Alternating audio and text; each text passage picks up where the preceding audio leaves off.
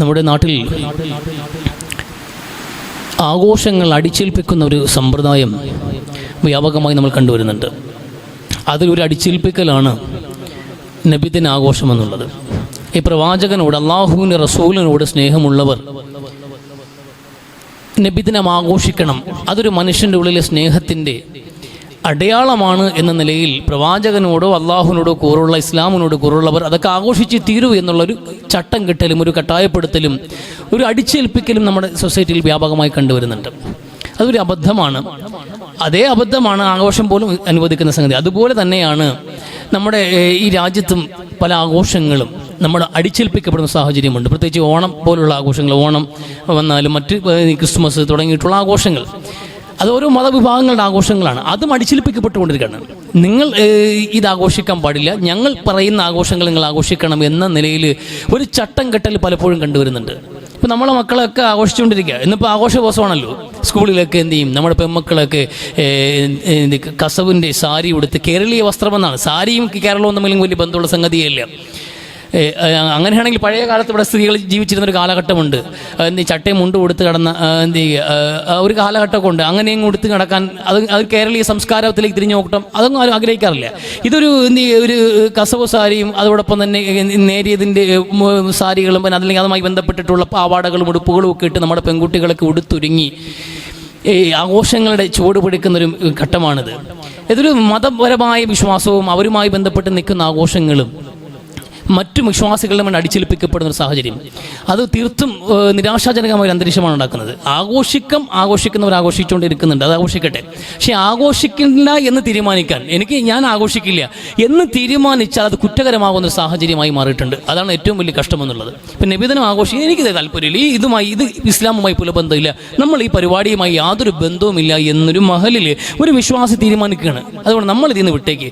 എന്നെ സംബന്ധിച്ച് ഞാൻ മനസ്സിലാക്കിയെടുത്തോളം ഇതിന് ഇസ്ലാമിക പാരമ്പര്യങ്ങളൊന്നും ഇല്ല എന്നൊരു മഹലിൽ ഒരു വ്യക്തി പറയുകയാണെങ്കിൽ, ഒരു കുടുംബം പറഞ്ഞാൽ അവൻ എന്ത് ചെയ്യുക, പ്രവാചക സ്നേഹിയില്ല, മഹലിന് കൊള്ളാത്തവൻ, ദീനിന് കൊള്ളാത്തവൻ എന്ന നിലയിൽ പൊതുസനം അല്ലെങ്കിൽ മഹൽ സംവിധാനങ്ങൾ നോക്കിക്കാണുന്ന ഒരു സാഹചര്യമുണ്ട്.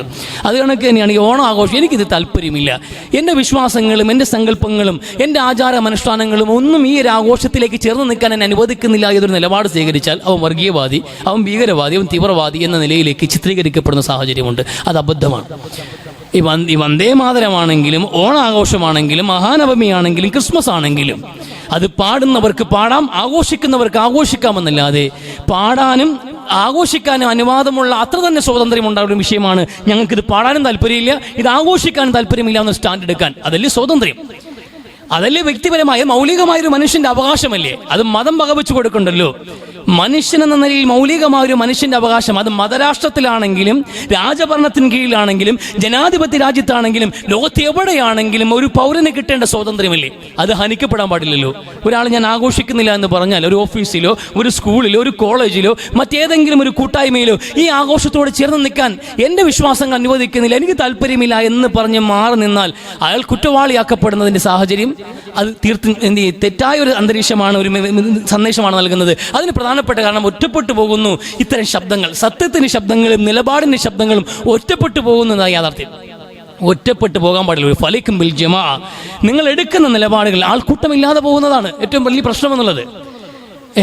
ഈ കേരളത്തിലെ വിദ്യാഭ്യാസ വൈസ് ചാൻസലർ നിവീസി ഇന്നലെ ഒരു വിദ്യാർത്ഥികളോട് പൊതുവിൽ ചോദിച്ച ചോദ്യമാണ്, നിങ്ങൾ പാറ്റകളാണോ അത് നിങ്ങൾ സിംഹങ്ങളാണോ എന്ന് ചോദിക്കുമ്പോൾ ഞങ്ങൾ അതേ പാറ്റകളാണ് എന്ന് പറയാൻ ഒരു വിദ്യാർത്ഥി സമൂഹത്തോട് അവരുടെ സ്വാതന്ത്ര്യം, അവർ പാറ്റയോ പല്ലിയോ എന്തോ ആയിക്കൊണ്ട് പോട്ടെ, അതൊക്കെ ചോദിക്കാനും അവരെ അടിച്ചേൽപ്പിക്കാനും ആർക്കും അവകാശമില്ല. പക്ഷെ ഒരു കുട്ടി പോലും ഞങ്ങൾ പാറ്റകളാണ് എന്ന് പറയാൻ അവരുടെ മൗനം കൊണ്ട് മറുപടി പറഞ്ഞെങ്കിൽ പോലും ഒരാൾ എഴുന്നേറ്റ് പറഞ്ഞാൽ അയാളെ മാർക്ക് ചെയ്യപ്പെടും, അവൻ്റെ കുടുംബം അടക്കം പരിശോധിക്കപ്പെടും. ഒരു ആൾക്കൂട്ടം ഉണ്ടാകണം. ഒറ്റയ്ക്ക് എവിടെയും ഇറങ്ങി നിന്നാൽ, പ്രത്യേകിച്ച് ഈ ഒരു കാലഘട്ടത്തിൽ ജനാധിപത്യം അട്ടിമറിക്കപ്പെടുകയും ഇവിടുത്തെ എല്ലാ സംവിധാനങ്ങളും ഒരേ ദിശയിലേക്ക് നീങ്ങിക്കൊണ്ടിരിക്കുകയും ചെയ്യും. ഹിന്ദു രാഷ്ട്രമെന്ന സങ്കല്പത്തിലൂടെ ഇന്ത്യൻ ജുഡീഷ്യറി സംവിധാനങ്ങൾ, ഇന്ത്യയുടെ നീതിന്യായ വ്യവസ്ഥയാണെങ്കിലും ഭരണഘടനയാണെങ്കിലും ഭരണകൂടങ്ങളാണെങ്കിലും എല്ലാം ഒരേ ദിശയിലേക്ക് പ്രവർത്തിച്ചു കൊണ്ടിരിക്കുന്ന സാഹചര്യത്തിൽ ഒറ്റപ്പെട്ട ശബ്ദങ്ങൾ ഒരിക്കലും നന്നല്ല. ഒറ്റപ്പെട്ട് നിൽക്കുന്നവർ വേട്ടയാടപ്പെടും, അവർ കൃത്യമായി ഇരയാക്കപ്പെടും, ഭരണകൂട ഭീകരതയ്ക്ക് ഇരയായിക്കൊണ്ടിരിക്കുന്നത് എല്ലാ മേഖലയിലും എവിടെയാണെങ്കിലും എതിർപ്പിന്റെ ശബ്ദങ്ങൾക്ക് ഒരു ആൾക്കൂട്ടത്തിന്റെ ബലമുണ്ടാകണം. നമുക്കിത് താല്പര്യമില്ല എന്ന് പറയാൻ ഒരു യൂണിറ്റ്, ഒരു കൂട്ടം ആൾക്കാർ തയ്യാറായി വരണം. അതുകൊണ്ട് അങ്ങനെ വരുമ്പോഴും ഇത് മാറി നിൽക്കാൻ കഴിയുള്ളൂ. ഇത് നമ്മൾ അങ്ങനെയല്ല, അങ്ങനെ മാറി നിന്നിട്ട് ഇനി കുറ്റപ്പെടുത്തേണ്ടതാണ്. അതുകൊണ്ട് നമ്മുടെ മക്കൾ കൂടി ഒരുക്കിവിടെയാണ്. ഈ ആഘോഷങ്ങൾ പ്രധാനമായും വിദ്യാർത്ഥികൾക്കിടയിൽ നടക്കുന്ന ആഘോഷങ്ങൾ, വിദ്യാഭ്യാസ മേഖലയിൽ തന്നെ താറുമാറായി കിടക്കുന്ന സാഹചര്യമാണ്. ലഹരിയും അവിഹിത ബന്ധങ്ങളും വ്യാപകമായിരിക്കണം. കുത്തഴിഞ്ഞ ലൈംഗികതയും അതോടൊപ്പം തന്നെ കണക്കില്ലാത്ത നിയന്ത്രണങ്ങളില്ലാത്ത ലഹരി ഉപയോഗവും. അധ്യാപികമാരപ്പോൾ കച്ചവടം, ടീച്ചേഴ്സ് വരെ വരുമാനം ഉണ്ടാക്കണം. പണത്തിനോടുള്ള ആക്രാന്തം മൂത്തത്തിൽ സ്ത്രീകളായ അധ്യാപികമാർ പോലും ഈ പരിപാടിക്ക് നിൽക്കുന്ന സാഹചര്യമുണ്ട്. ഈ ആഘോഷങ്ങളുടെ മറ പിടിച്ചിട്ട് ഏറ്റവും കൂടുതൽ ലഹരി ഇന്ന് വിറ്റഴിക്കപ്പെടും.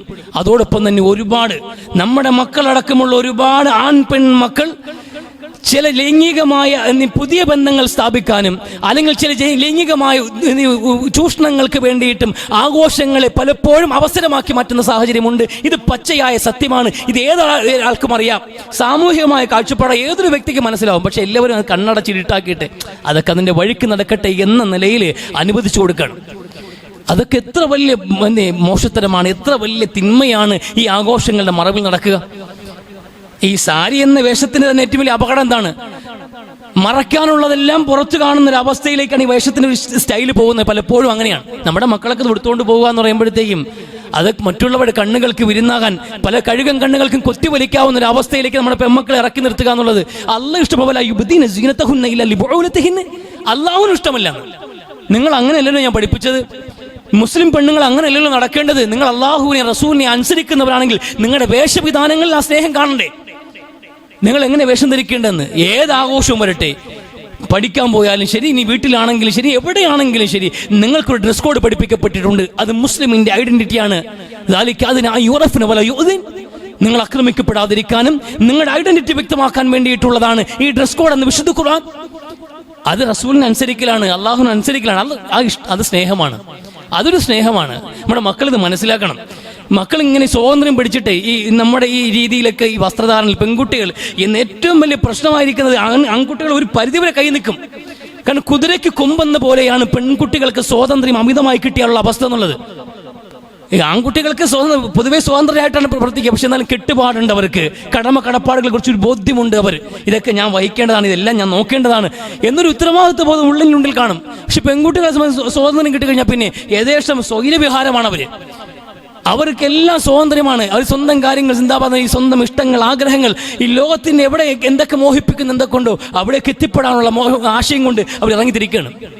സ്വന്തം ഉപ്പാപ്പായെ കൊല്ലാൻ വേണ്ടി കൊട്ടേഷൻ കൊടുക്കാൻ 13 വയസ്സുള്ള പെൺകുട്ടിക്ക് കഴിയുന്നുണ്ടെങ്കിൽ ആ മാനസികാവസ്ഥ എങ്ങനെ ഉണ്ടായെന്നറിയാമോ? അതെങ്ങനെ ഉണ്ടായത്? ഈ മാനസികാവസ്ഥ അത് നമ്മൾ മനസ്സിലാക്കണം. വലിയ അപകടമാണ്. നമ്മുടെ മക്കളെ ഇങ്ങനെ അഴിച്ചുവിടാൻ പാടില്ല. മനുഷ്യരെ അഴിച്ചുവിടാൻ പാടില്ല. അനുസരണ എന്നുള്ളത് വളരെ പ്രധാനപ്പെട്ട ഘടകമാണ്, വളരെ ഗൗരവമുള്ള വിഷയമാണ്. അള്ളാഹുവിനെയും റസൂലിനെയും അള്ളാഹുവിനും റസൂലും പഠിപ്പിച്ച അധ്യാപനങ്ങൾ നെഞ്ചിലേറ്റ് ജീവിക്കുന്ന, വളരെ മാന്യമായി ജീവിക്കുന്ന മാതാപിതാക്കളെയും ഒക്കെ അനുസരിക്കുക. ജീവിതത്തിൽ ചില അനുസരണകൾ വേണം. ആ അനുസരണം അടിമത്തമല്ല, അത് നമ്മുടെ ഗുണകാംക്ഷപൂർവ്വം നമ്മളോടുള്ള നിർദ്ദേശങ്ങളാണ്. നമ്മുടെ ഭാവിയുടെ, നമ്മളെ കൊണ്ട് ജീവിക്കുന്ന സൊസൈറ്റിയുടെ, നമ്മൾ ജീവിക്കുന്ന കുടുംബത്തിന്റെ ഭദ്രതയും സമാധാനവും സന്തോഷവും അഭിമാനവും സംരക്ഷിക്കപ്പെടാൻ അത് ആവശ്യമാണ്. അതുകൊണ്ട് ഗൗരവത്തോടെ മക്കൾ ഓരോരുത്തരും ഗൗരവത്തോടെ, ചെറിയ മക്കൾ വളരെ ഗൗരവത്തോടെ മനസ്സിലാക്കുക. ആഘോഷത്തിന് തിമിർപ്പിൽ എല്ലാവരും ഇറങ്ങി ഓടട്ടെ. നമുക്ക് ആഘോഷം അനുവദിച്ചിട്ടില്ല എങ്കിൽ പാടില്ല. നമുക്ക് അനുവദിക്കാത്ത വേഷം പാടില്ല. നമുക്ക് അനുവദിക്കാത്ത ഒരു പദാർത്ഥങ്ങൾ നമ്മൾ ഉപയോഗിക്കാൻ പാടില്ല. ലഹരിയാകട്ടെ, ഏത് പദാർത്ഥങ്ങളാകട്ടെ. അതുകൊണ്ട് ഗൗരവത്തോടെ ജീവിതത്തിന്റെ ഗൗരവത്തിൽ നമ്മൾ എടുക്കുക. അള്ളാഹുവും റസൂലിനെയും അനുസരിച്ചുകൊണ്ട് അവരേറ്റവും കൂടുതൽ സ്നേഹിക്കാൻ നമ്മൾ തയ്യാറാവുക. അള്ളാഹു ചിന്തിച്ച് പ്രവർത്തിക്കാൻ തൗഫീഖ് നൽകി അനുഗ്രഹിക്കട്ടെ.